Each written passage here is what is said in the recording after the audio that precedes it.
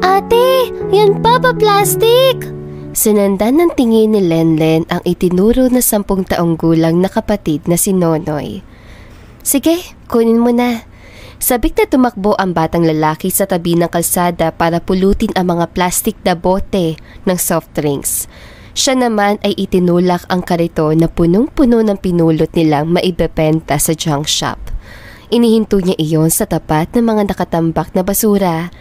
Kahit na madilim na ay tuloy sila sa pangangalakal.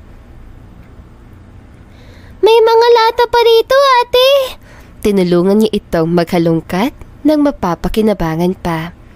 Ate, kapag nakabenta tayo ng malaki, bumili naman tayo ng fried chicken.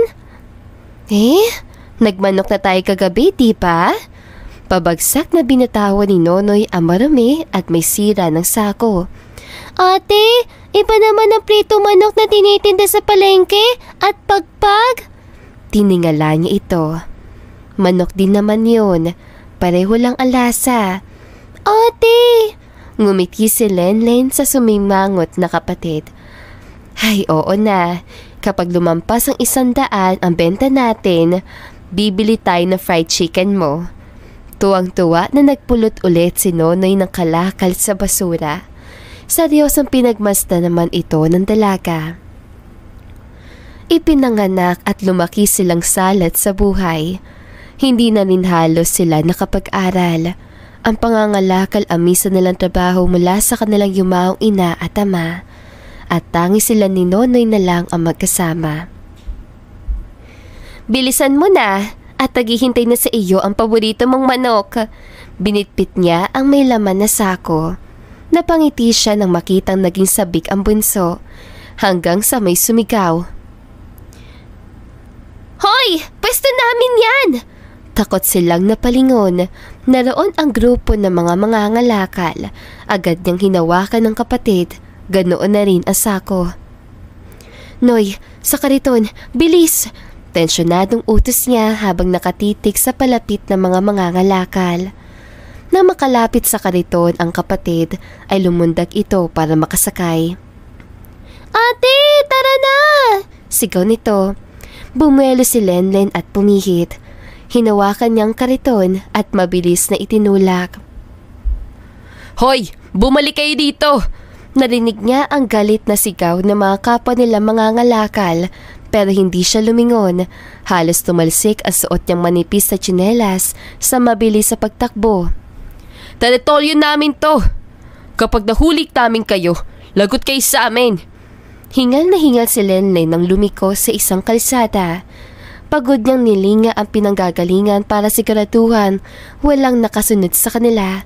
Nakangiting tumayo si ibabaw ng kariton si Nonoy at nakipag-appear sa kanya. Ate, ang bilis natin! Para tayong kidlat! Nagmuestra pa ang kapatid na tumingala sa langit. Pinunasan niya ang pawis gamit ang likod ng braso. Sa susunod, hindi na tayo pupunta doon. May-ari pala ang lugar ni iyon.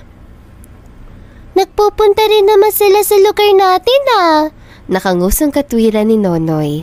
Seryoso niyang tinignan ito. Kahit na, gagawin natin yon para malayo tayo sa gulo. Umupo ka na at ibebenta na natin ang mga to.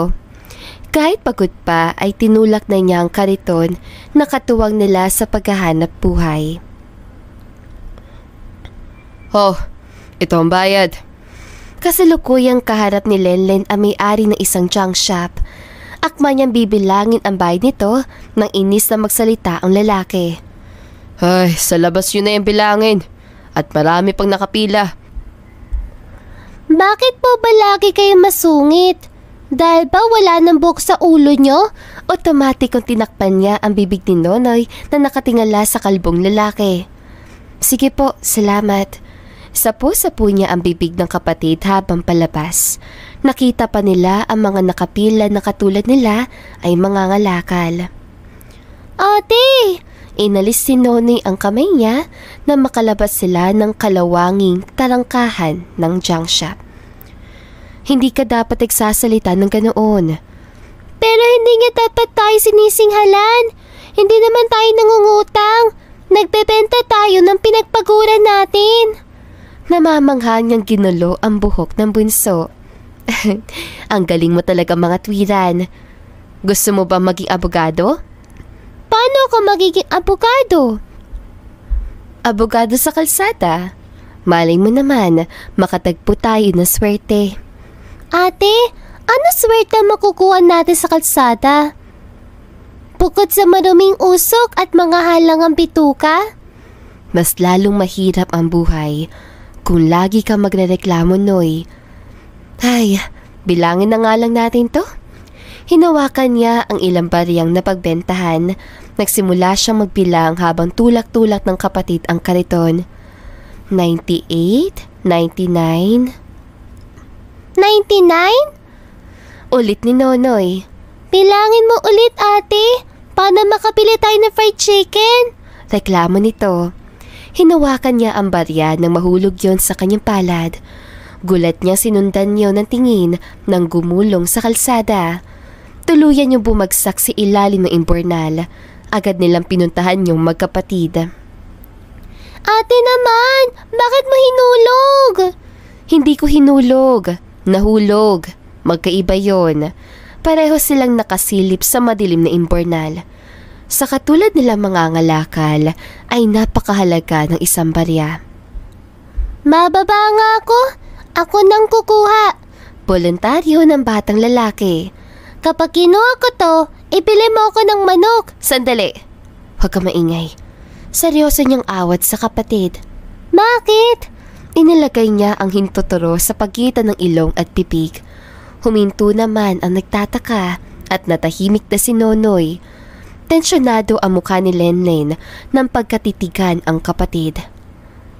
May narinig akong boses sa ilalim. Nag-arko ang mga kilay nito. Boses sa ilalim ng imbornal? Tumango siya at nakahilig ang tenga na dahan-dahang inilapit sa siwang na imbornal. Tulong! Mahina yon pero umaalingaw-ngaw. Tulong. Mabilis ang itinuas ang muka. Bakit, ate? Kinakabahang tanong ni Nonoy. May tao nga si imbornal. Paano mapupuntang tao diyan? Nagmamadaling tumayo si Lenlen bago na palingalinga. Wala nang masyadong tao sa paligid kaya hinubad niya ang suot na tsinelas at sinabit sa mga braso. Ako ang bababa. Sasama ako! Hindi na. Ate, baka maligno o duwende yan. Nonoy, imbornal to, hindi punso. Ako na lang. Pangungulit nito, nagkatitigas sila magkapatid. Ay, sige na nga. Inalalayan niya si Nonoy na bumaba doon bago itinapat ang bibig sa puwang. Mag-ingat ka, Noy. Kapag labas mo dyan, ibibili kita na fried chicken. Kinakabahan niyang bilin, napangiti ang kapatid. Sabi mo yan ah! Na makababa na ito, ay agad niyang tinapat ang mukha sa siwang. Noy? May tao nga dito, ate! Pagbibigay alam nito, mabilis siyang inalaylay ang kamay sa butas. Abutin mo, Noy! Hinila niya ang kapatid palabas. Agad itong nag-abang sa kasunod. At nang may lumabas sa isang kamay doon, ay otomatiko nila tinanggap yun. Ubod lakas silang hinila ang taong galing sa ilalim. Nangihinang napaupo ang isang may edad na lalaki na punong-puno ng dumi sa muka at katawan. Nagkatinginan silang magkapatid. Ayos po ba kayo, Manong? Nagulat pa si Lenlen nang hawakan nitong kamay niya. Sa pagtitig nito ay nakita niya ang kulay tsokolate na mga mata ng estanghero. Tulungan niyo ako. Lumampas ang nababahala nitong tingin. Nandiyan na sila. Napalingon sila magkapatid. Isang lumaragasang van ang parating. Niyugyug sila ng matanda habang takot na takot ang anyo. Tulungan niyo ako. Sasaktan nila ako. Mabilis silang kumilos. Inalalayan nila ni Nonoy ang matanda. Natatarantang isinakay nila ito sa kariton at tinakpan. Pasimple nilang itinulak ang kariton pero hinarang sila ng sasakyan. Sa Sabay nilang nahugot magkapatid ang hininga. Mula sa sasakyan ay bumaba ang matatangkad at matitipon ng mga lalaki. Hoy, kayo! May nakita ba kayong matandang lalaki? Ipinatong ni Lenlen ang palad sa ibabaw ng kamay ni Nonoy na nakahawak sa kariton. Pareho silang nanginginig. Pasimpleng sinulyapan pa niya ang matandang nakatago sa kariton. Wala po. Sigurado kayo? Dahan-dahan naglakad ang isa at sinipat ng tingin ang kanilang kariton hanggang sa mapatingin ito kay Nonoy. Ikaw bata, bakit marumi ka? Bakit mo tinatanong? Matapang na tanong ng batang lalaki. Anong sabi mo? Galing kami sa pangangalakal. Si Lenlen ang nagmadaling sumagot. Natural marumi kami. Paliwanag pa niya. Halina kayo. Magharap tayo sa iba. Baka makalayo pa yung matandang yun. Wika nito sa kasama bago sumakay sa van. Nang makalayo ang sasakyan ay marahan niyang itinulak ang kariton kahit na may kabigatan. Kasunod niya ang kapatid. Naisahan natin yung mga yun, ate. Pero sino ba sila? Tanong ni Nonoy. Numukwang si Lenlen sa kariton at ibinaba ang nakatakip na kaperasong tapal sa matanda. Manong, ayos po ba kayo riyan? Tumango ito habang nakangiti at sapat na ang nakita niyang kapanatagan sa mga mata nito para pawiin ang takot at pagod niya. Uminom na muna po kayo ng tubig. Inabot ni Lenlen ang plastik ng bote ng tubig sa matanda. Kamusta pong pakiramdam niyo? Maayos na. Pasensya na kayo at napagastos pa kayo ng tubig sa akin. Nahihiyang sagot nito matapos makaligo at makapagbihis. Wala po yun. Mabuti na lang kasya po sa inyong damit ng tatay ko. Maraming salamat. Iniligtas niyo magkapatid ang buhay ko. Wala pong anuman. Ako nga pala si Eliseo Orco Almonte. Tinanggap ng dalaga ang palad ng matanda. Ako naman po si Lenlen at si Nonoy naman ang kapatid ko. Ramdam niya ang lambot ng kabay na matanda kaya napatitik siya dito. Ano pong ginagawa ng katulad niyong may edad sa Imbornal? Pinagtangkaan ang buhay ko. Ho? Tumakas ako ng mahulog sa Imbornal at maswerteng doon ako napadpad dahil nakita niyo ako magkapatid. Sino naman po nagtangka sa inyo? Singit ni Nonoy na galing sa maliit na kusina at tagain ng mga plato. Ipinatong sa mesa ang hawak na plastik na manok at kanin. Nonoy, saway niya. Ayos lang.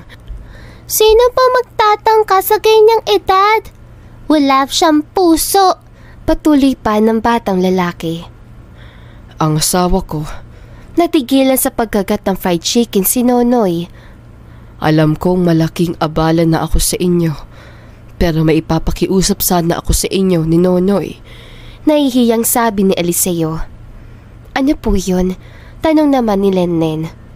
Puntahan niyo ang anak ko at sabihin buhay ako. Nagkatinginan ang magkapatid. Dito na ba yun, ate? Kasalukuyang silang nasa gate na isang mamahaling village nang sumikat ang araw. Pinasa ni Lenlen ang hawak na papel. Oo, ito ang inilagay na address si Manong. Hoy! Bawal manlimos dito. Pagtataboy sa kanila ng gwardya. Hindi po kami nalilimos, sagot ni Nonoy. Umalis kayo dyan at may ililibing. Napakunot noo sila. Napadpad sila sa gilid ng hawiin ng gwardya. Mula sa gate ay may lumabas na sunod-sunod na sasakyan. Ate, si Manong! Bulalas ang kapatid matapos makita ang litratong hawak ng isang lalaking nakasuot ng salamin habang naglalakad. Bakit nila ililiping ang taong buhay na buhay pa? Takang tanong niya. Kailangan natin silang sundan. Sakay ng jeep ay nakarating sila sa isang sementeryo. Nakasilip sila magkapatid at nakatago sa malaking puno. Ang bili ni Manong, sana kailang natin sasabihin buhay siya. Ang dami pang tao, ate. Paano tayo makakuha ng tiyempo para kausapin siya? Tinanaw ni Lenlen ang isang mestisong lalaki. Naaawa niyang pinagmastad ang pagkakahawak nito sa litrato ng ama. Matapos magliping ay nagsimula nang umalis ang mga tao. Wala man lang ba silang pa-juice o kahit patinapay? Hindi ba noon ilibing si Mang Julio, asawa ni Aling Tonya? Inabot niya tayo ng juice at pansit, patuloy ng kapatid. Wala ng tao. Anya nang makitang nag-iisa na ang lalaki. Halika na, Noy. Patakbo silang lumapit sa puntod. Nang akmang ihahakbang ang paa, ay agad na may humarang sa kanila. Anong kailangan niyo kay Sir Aaron? Tanong ng isa. Napatingin si Lenlen sa dalawang bodyguard na humarang sa kanilang magkapatid. Halos hindi niya matanaw ang anak na matanda. Sandali lang, anya habang tumitingkayad. Ilayo niyo na sila kay Sir Aaron. Sandali lang! Kakausapin lang namin ang anak ni Manong! Pilit na sumisiksik si Nonoy sa mga gwardya. Hindi niyo basta pwedeng kausapin ang anak ng isang bilyonaryo. Sabay silang natigil ang magkapatid. Hindi ito oras para malimos o manghingi ng tulong. Namatayan si Sir Aaron ng ama. Patuloy ng security. Nilingon nito ang iba pang kasama. Samahan niyo si Sir Aaron hanggang sa sasakyan. Naiwan tulala sina Lenlen at Nonoy. Pinanood nila ang maraming sasakyan na lumabas ng sementeryo. Tama bang narinig natin, ate? Tulalang tanong ng batang lalaki. Si Manong? Isang bilyonaryo? Sinalubong niya ang tingin ng kapatid habang hindi kumukurap. Tama ka, Noy. Ang matandang natagpuan natin sa Imbornal ay isang bilyonaryo. Marahang sambit niya. Bagsak ang mga balikat ng magkapatid na makabalik sa payak nilang bahay. Naabutan nila ang matandang matyagang naghihintay. Oh, nandiyan na pala kayo. Nagmamadali itong kumuha ng 2 baso at nagsalin doon ng tubig mula sa lumang pitsil. Uminom muna kayo. Mukhang napagod kayo. Nagkatingin na sila magkapatid habang alangan ng anyo. Napatingin sa loob ng bahay si Lenlen mula sa butas ng bubong at pinagtagpi-tagping dingding. Huminto rin ang mga mata niya sa bilyonaryong kasama, ganoon na rin sa suot-suot nitong lumang damit. Pasensya na po, nakayuko niyang paumanhin. Hindi ba naniwala sa inyong anak ko? Naitaas ang muka ay nakangiti si Eliseo. Alam ko na hindi siya basta maniniwala. Ano po ang gagawin natin? Tanong ni Lenlen. Ang akala ko po talaga ng anak niyo, kayo ang iniliping. Segunda ni Nonoy. Habang kumakain ay inabot ni Eliseo kay Lenlen ng isang papel. Sabihin mo alatang yan sa anak ko at maniniwala siya sa iyo. Tinanggap naman niya yun. Nagsimula ng kumain ang matanda. Akmang kukunin nito ang lata na sardinas nang pigilan niya. Baka po may gusto kayong iba.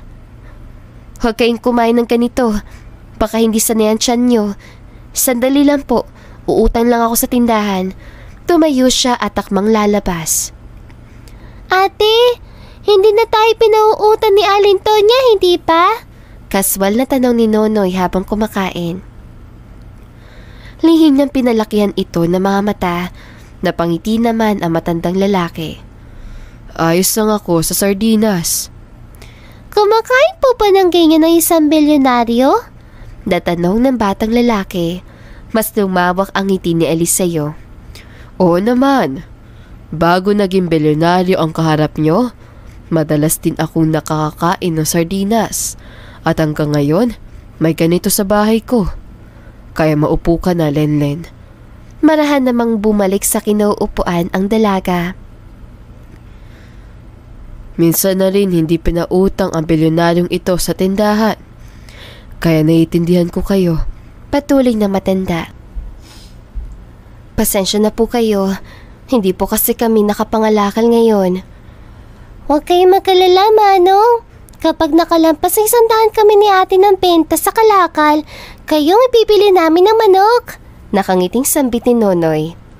Salamat sa inyong magkapatid at tumahanga ako sa sipag at tiyaga niyo sa trabaho.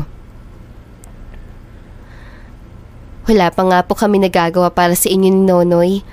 Hindi pa namin kayo na ibabalik sa anak niyo. Nakangiting pinanood ni Eliseo ang magkapatid na tumulong sa kanya. Hindi na siya makapaghintay na makabawi sa 2 bata na ito na hindi nagdalawang isip na tulungan siya. Huminga ng malalim si Lenlen habang inihahanda ang sarili na tumakbo. Naroon sila sa sementeryo at tanaw-tanaw ang nakatalikod na anak na matanda. Handa ka na, Noy? Handa na, ate. Katulad niya ay handa nang tumakbo ang kapatid. 1, 2, 3. Bilang niya pagkatapos ay sumisigaw ang batang lalaki na tumakbo palapit sa binata. Katulad noong nakaraan, otomatikong hinarang ito ng mga guardia. Napatingin ang dalaga. Siya naman ang tumakbo palapit sa nakatalikod na binata na hindi namalayan ng mga guardia nito. Mr. Aaron Almonte? Hinarap niya ang anak ng matanda. Bakit alam mo ang pangalan ko? Tanong nito habang magkasalubong ang mga kilay. Nang makita ni Lenlen ang lalaki ay tila umurong ang kanyang dila. Ito na ang pinakagwapo at formal na taong nakita niya. And who are you? Buhay ang tatay mo. Nangangatal niya sabi. What are you talking about? Nanatiling nakakunat noo itong pinagmamasdan siya. Ganito kasi. Hindi niya alam kung paano sisimulan ang magpaliwanag. Nakita namin ng tatay mo si Impornal. Napailing na sarkastiko ang kaharap pagkatapos ay seryoso siyang pinagbastan at para siyang isang kandila na natutunaw sa paraan ng pagtitig ito sa kanya. And drainage? Really? Tumango naman siya. Paano mo nakukuha magbiro tungkol sa namayapa kong ama? Tanong nito pagkatapos ay lumampas ang tingin. Guard! Sir! Agad nung lumapit ang 2 gwardiya. Hinawakan ng mga ito magkabila ang braso ng dalaga. Napaangat si Lenlen sa ere. Sandali lang! Habang pinanonood ang pag-alis ng binata ay naalala niyang ama nito. Pailing-iling si Aaron habang naglalakad. Sinundo ka noon ng daddy mo sa airport noong 8 years old ka. Nag-promise siya noon na sasalubungin ka niya dahil ang paborito mong chocolate. Napahinto ang mga paa ng binata. At kaya nasira ang ngipin mo dahil nahulog ka sa sobrang excited mong sakyan.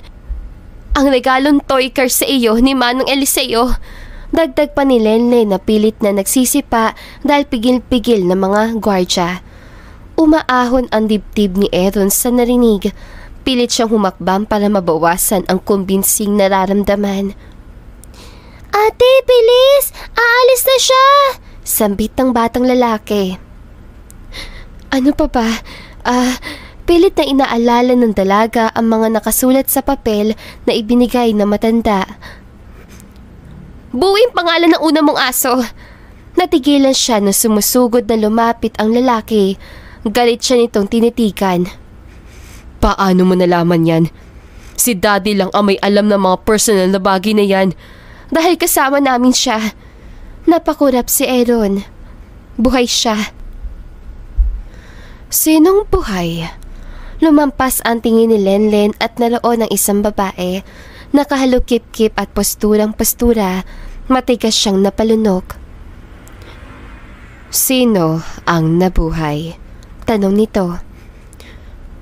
Tita Catalina. Wika ni Aaron. Catalina? Tanong ng dalaga sa sarili habang nag-iisip na pinagmamasdan ang ginang.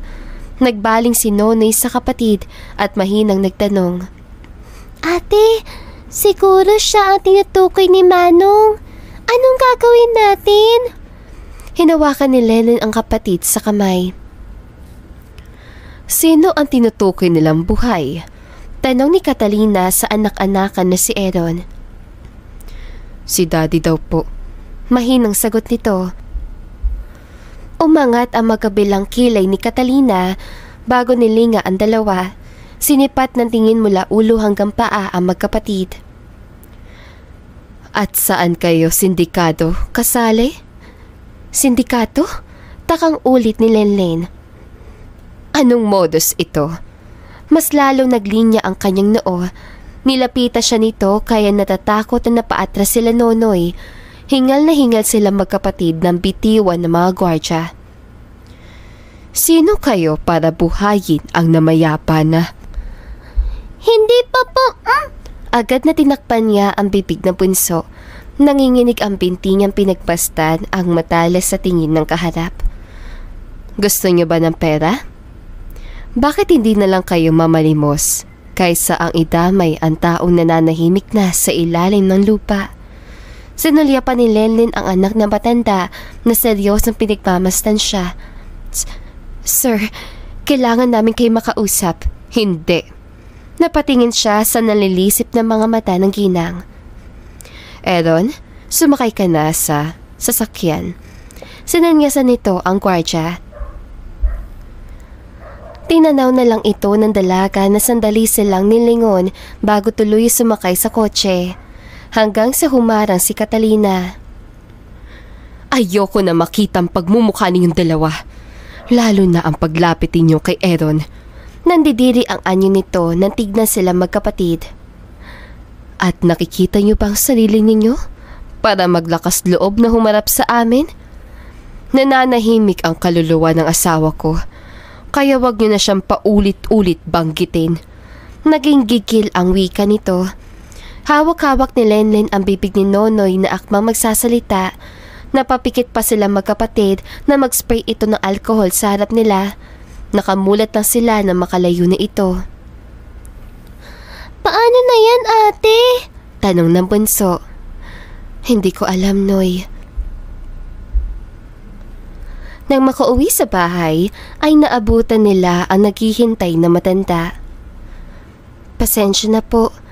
Ayaw talaga maniwala ng anak niyo sa amin. Malungkot na balita ni Lenlen. Ngumiti ito ng malungkot. Ayos lang. Siguradong makakahanap din tayo ng pagkakataon. Sagot nito. Lenlen, Nonoy. Napatingin kay Eliseo ang magkapatid. Pwede bang dumito muna ako hanggat hindi ko pa nakakausap ang anak ko? Kinaumagahan ay sinulya pa ni Lenlen ang matanda na tulak-tulak ang kariton. Ayos po kayo? Nahihiya niyang tanong. Nakangiting tumango si Eliseo. Jackpot tayo dito, ate! Masayang sigaw ni Nonoy. Agad na lumapit siya sa mga bote at patong-patong na mga walang lamang karton. Napangiti naman na matanda habang pinanonood ang magkapatid. Heto po, Manong Eliseo. Sa isang plaza sila huminto. Inabutan ni Lenlen ng plastic ng palamig ang matanda at kapatid.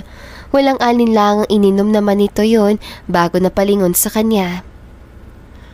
Ikaw, wala ka bang iinumin? Nakangiti siyang umiling. Hindi po ako nauuhaw. Pang 2 tao lang pong kaibilhan ni ate. Wala sa loob na sagot ni Nonoy. Alangan na sinalubog ng dalaga ang mga mata ng matandang katabi. Ayos lang po. Mahalagang makainom kayo. Ako naman, makapaghihintay. At saka, may madadaanan naman po tayong poso riyan. Doon na lang po ako iinom. Salamat ha. Pasensya ka na rin kung pabigat ako sa inyo. Hindi po kayo pabigat. Ngayong kasama namin kay ni Nonoy, para kaming may mga magulang na kasama. Napangiti ang matandang lalaki. Ay, hindi na naman dumalaw ang anak ni Manong. Paano natin siya makakausap? Tanong ni Lenlen. Matamlay na naglalakad palabas sa sementeryo ang magkapatid. Pangalawang araw na nila ngayon na maghapong naghintay pero hindi lumitaw ang anak na matanda. Baka pinagpawalan ng bruha noong nakaraan. Pagtukoy ni Nonoy sa mata pobreng ginang. Naawa na nga ako kay Manong Eliseo. Napipilitan na sumama sa atin sa pangangalakal. Sambit niya. Napalinga si Aaron sa bintana ng sasakyan nang makita ang dalawang pamilyar na muka. Kasalukuyan palapas ang mga into ng sementeryo. Naalala niya ang mga nabanggit ng babae tungkol sa kanyang daddy. Bakit, Aaron? Napalinga siya sa naging pangalawang asawa ng ama. Sino ang tinitignan mo? Tanong ni Catalina. Maliit siyang umiling. Wala, tita. Isinandal niya ang likod sa kinaupuan. Ayaw niyang tuluyang maniwala sa magkapatid na iyon dahil hanggang ngayon hindi niya matanggap ang pagkawala ng ama. Hindi na niya dinadalaw ang puntot ko? Pungad ni Eliseo na makapasok sila sa loob. Wala po siya doon 2 araw na. Tugon ni Nonoy. Nakita ni Lenlen ang lungkot sa mukha na matanda. Baka naman po may importanteng ginawa, Manong. Hindi rin naman po madali sa aming mga anak ang kumalimot ng magulang. Hindi man dakila ang pagmamahal namin kumpara sa mga magulang na katulad nyo. Importante pa rin ang mga magulang para sa amin.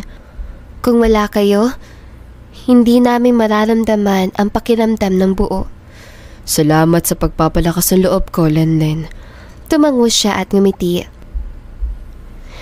Ang magulang at anak ay habang buhay na pong magkadugtong ang buhay. Naniniwala ako dyan. Manong, sasama po ba kayo sa amin mangangalakal ulit? Natanong ni Nonoy. Oo naman, para makatulong naman ako sa inyo. Kayang-kaya naman po namin ni Nonoy ang pagbabanat ng buto. Bata pa lang po kami. Sinanay na kami ng nanay at tatay namin. Ano ang pinakamasarap ninyong nakain? Wala sa loob na tanong ni Eliseo habang pinagmamasdan ang 2 kapos at lumaki sa hirap ng buhay. Yung fried chicken po sa palengke. Ang batang lalaki ang sumagot. Madalas po kasi pagpag ang kinakain namin. Pagpag? Yung mga tinang manok galing sa mga restaurant, papagpagin lang ni Aling Tonya tapos ilulubog sa mantika. Kaswal na paliwanag ni Nonoy. Napakapayak ng buhay niyong magkapatid. Ano pangarap mo, Lenlen? Pangarap po? Ulit niya. Mahirap po yatang mangarap sa ganitong buhay. Bakit naman? Ngumiti siya ng mapait. Ipinanganak kaming mahirap at ang pangarap ko lang ay makaraos kami ng kapatid ko sa araw-araw. Yun lang po ang pangarap ko. Napangiti si Eliseo. Yan ang pangarap ng lahat.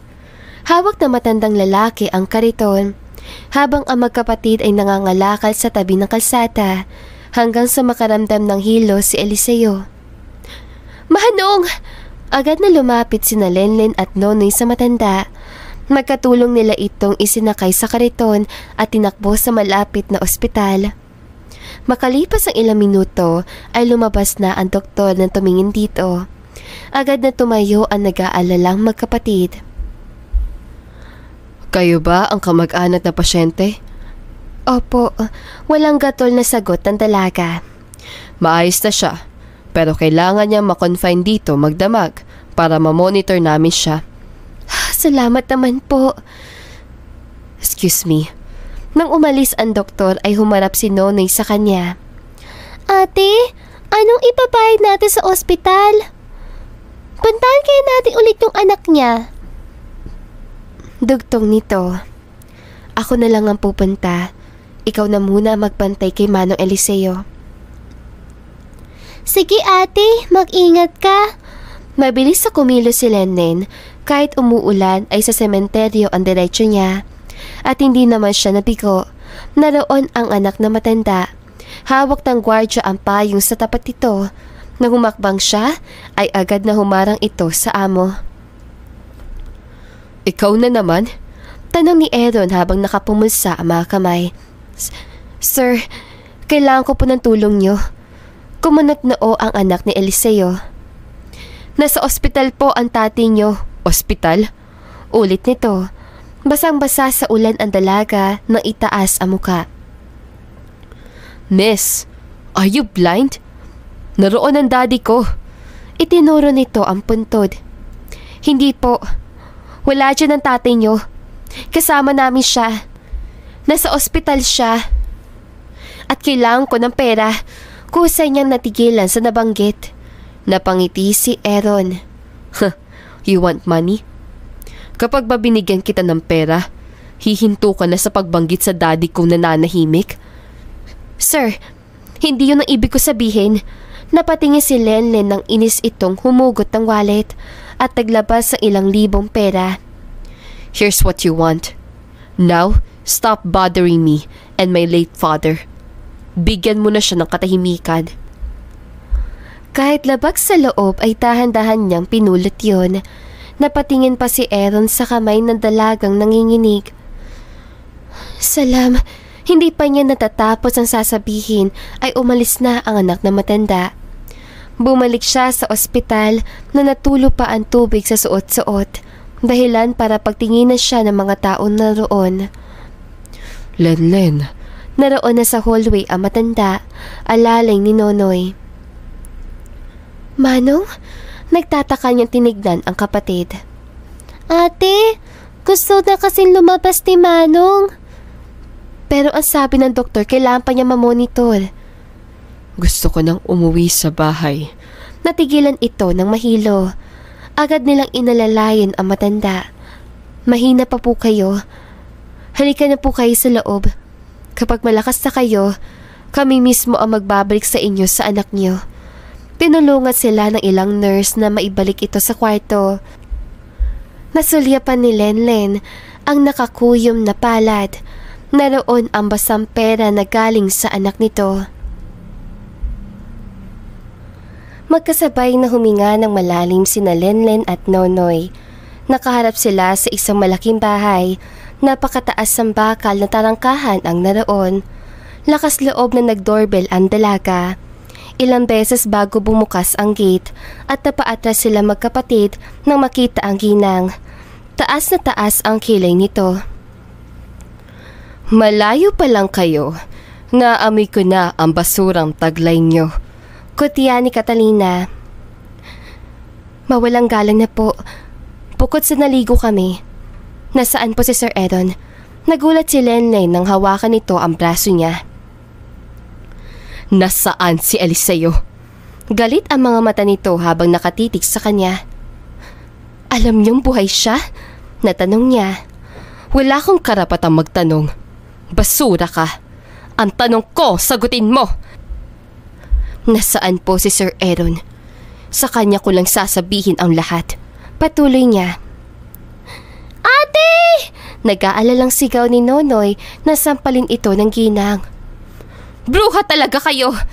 Itinulak ito ng batang lalaki kaya gulat na napaupo sa sahig. Hinawakan ni Lenlen ang kamay ng kapatid at inilayo.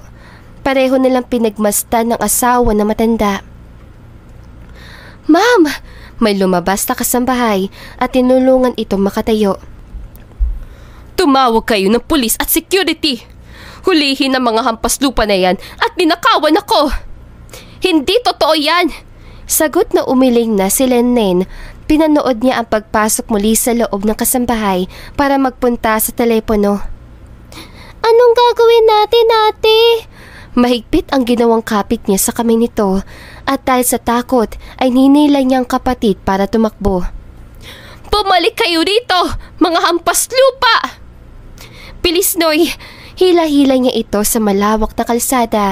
Napapreno siya nang matanaw ang mga security guard ng village. Dito tayo! Bilis! Ikiniya niya sa kabilang direksyon ng kapatid. Mula sa likuran ay rinig nila ang sigaw ng mga gwardya. Kusa na pahinto ang hinihingal na si Lenlen nang makita ang parating na sasakyan ng mga pulis. Napaatras siya habang kahawak kamay ang kapatid. Ate, huhulihin na nila tayo! Wala tayong ginawang masama, Nonoy. Bumaba ang pulis at lumapit sa kanila. Kayo ba ang nagnakaw kay Ma'am Catalina? Sabay silang umiling magkapatid. Sila yon! Hulihin niyo sila! Dumating ang sumusugod na ginang. Na makalapit pa ito sa kanya ay agad na hinagip ang kanyang braso. Ninakawan nila ako at sinaktan itong bugwit na ito! Akman nitong hahawakan ang batang lalaki nang pigilan ni Lenlen. Nagkatitigan sila ng kaharap. Kapag po ang kapatid kong pinagbuhatan niyo ng kamay, ako ang makakalaban niyo. Matapang niya sabi at inalis ang kamay nito. Tignan mo, ang ugali ng mga walang modong yan. Hulihin niyo sila. Bilis! Ikulong sila! Iginiyan naman ng mga pulis ang magkapatid. Makukulong ba talaga tayo, ate? Pero tumulong lang naman tayo, di ba? Patuloy na tanong ni Nonoy kasabay niyang naglalakad. Hindi tayo makukulong. Anong laban natin sa kanya? Marami siyang pera. Kahit anong sabihin niya, siguradong siya ang kakampihan ng mga pulis. Natigilan sila nang humarang ang isang kotse sa kanila. Natahimik ang lahat. Bumaba roon ang isang lalaki. Pakawalan niyo sila. Seryosong utos ng binata. Edon, anak. Nilapitan agad ito ni Catalina. Ang mga hampas lupa na to, ninakawan ako at sinaktan pa. Pinagpipilitan nilang buhay pa ang daddy mo. Natigilan ang ginang na seryosong pagmasdan ito ni Edon. Hindi sila nagsisinungaling. Anong ibig mo sabihin? Takang tanong nito. Buhay si dad. Hindi, he's alive and back from the grave para mahuli ang mga taong nagtangka sa buhay niya. Natakot ang anyo ni Catalina. Buhay si Eliseo? Nasaan siya? Sino ang nagtangka sa buhay niya? Napatingin silang lahat sa bumaba sa isa pang humintong sasakyan. Manong! Masayang bulala si Nonoy. Ngumiti ang matandang may hawak na baston. Suot ang maayos na damit. Lumapit ito sa ginang. Darling, akbang magtutungo ito sa asawa nang humarang si Edon at ang maraming gwardya. Anong ibig sabihin nito? Ikaw ang nagtangka sa buhay ni Daddy para makuha mo ang lahat ng ari-arian niya. Pero nabigo ang mga tao mo. Sakay siya ng van nang huminto yun. Nagtulog-tuluga si Daddy para makampante ang mga inutusan mo. Kinuha niyang pagkakataon na yon para tumakas pero nahulag siya sa isang drainage.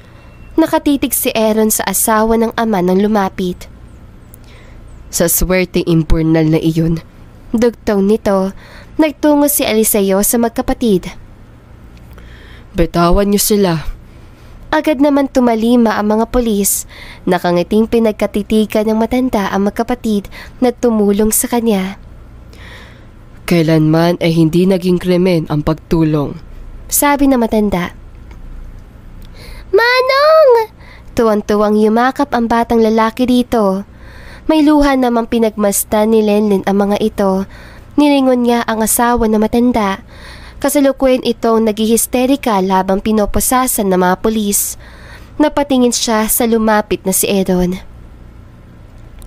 Patawarin mo ko kung hindi ako nakinig sa inyo. Napaniwala ako ni Tita Catalina sa katawan ay pinakita niya. Pero kung pinakinggan ko kayo, nalaman ko sana ang totoo. Maliit siyang umiling. Naiintindihan ko, Sir Edon. Mahirap at masakit mawala ng magulang. Pero nagpapasalamat akong hindi mo mararanasan yon. Sandaling sinulya pa ni Lenlen ang ama nito. Sa tuwing nakikita kita sa sementeryo, alam ko kung gaano mo kamahal si Manong Eliseo. Nahigit niya ang hininga nang hawakan ni Aaron ang palad niya. Natitigan niya ang mga mata nito. Maraming salamat sa kabutihan niyo sa daddy ko. Kahit kapos kayo, kinupkup niyo siya at binihisan. Mabilis at tumulo ang luha niya. Dahil ganun naman ang dapat. Kailangan nating tulungan ang nangangailangan. Salamat, Lenlen. Napatingin sila nang lumapit si Eliseo, kahawak kamay si Nonoy. Halina kayo. Saan po tayo pupunta? Nagtatakang tanong niya. Pagkakataon ko na makabawi sa inyo. Nakangiting sagot ni Eliseo. Kasalukuyang nakatitig si Lenlen sa napakaraming pagkain sa mesa. Matapos ang nangyaring iyon ay isinama sila ng matanda sa bahay nito at pinatira. May ilang buwan na rin ang nakalipas pero hindi pa rin siya nasanay sa mesang laging puno ng pagkain, lalo na sa buhay na malayo sa kanilang nakasanayan. Ate! Naiiyak siya na pangiti na makita ang kapatid suot ang uniforme ng isang eskwelahan. Nakangiting nagmano si Nonoy sa matanda bago umupo si Celia. Nanatili naman siyang pinapanood nito. Let's eat. Hinawakan ni Aaron ang kamay niya. May ilang buwan na rin silang nagkakamabutihan ng binata at wala itong pinagkaiba sa kanilang manong Eliseo dahil hindi nagbago ang pagiging mabuti nito. Sabay-sabay silang kumain matapos ay hinatid niya ng tingin ang kapatid at si Aaron palabas ng bahay. May luha siyang kumaway sa mga ito hanggang sa may tumabi sa kanya. Manong, sabi ko sa'yo, Daddy na ang itawag mo sa akin. Alam kong sa kasalan din ang punta ninyo ni Aaron at pareho ko na kayong anak kapag nangyari iyon. Maraming salamat po sa lahat. Ako ang dapat magpasalamat sa inyo ni Nonoy.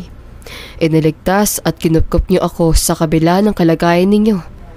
Hindi niyo ako pinagdamutan at kahit nalaman niyo ang katotohanan sa pagkatao ko, hindi niyo ako sinamantala. Umiiyak na yumakap si Lenlen sa matanda. Ang swerteng natagpuan nilang magkapatid sa Imbornal na nagpabago ng kanilang buhay at nagpaalala sa kanila na walang bayad ang pagiging mabuti, ngunit mayroong itong sukli at kanti. At dito na nga po nagtatapos ang magandang istoryang ito. Don't forget to like and share and subscribe. Hanggang sa muli, paalam!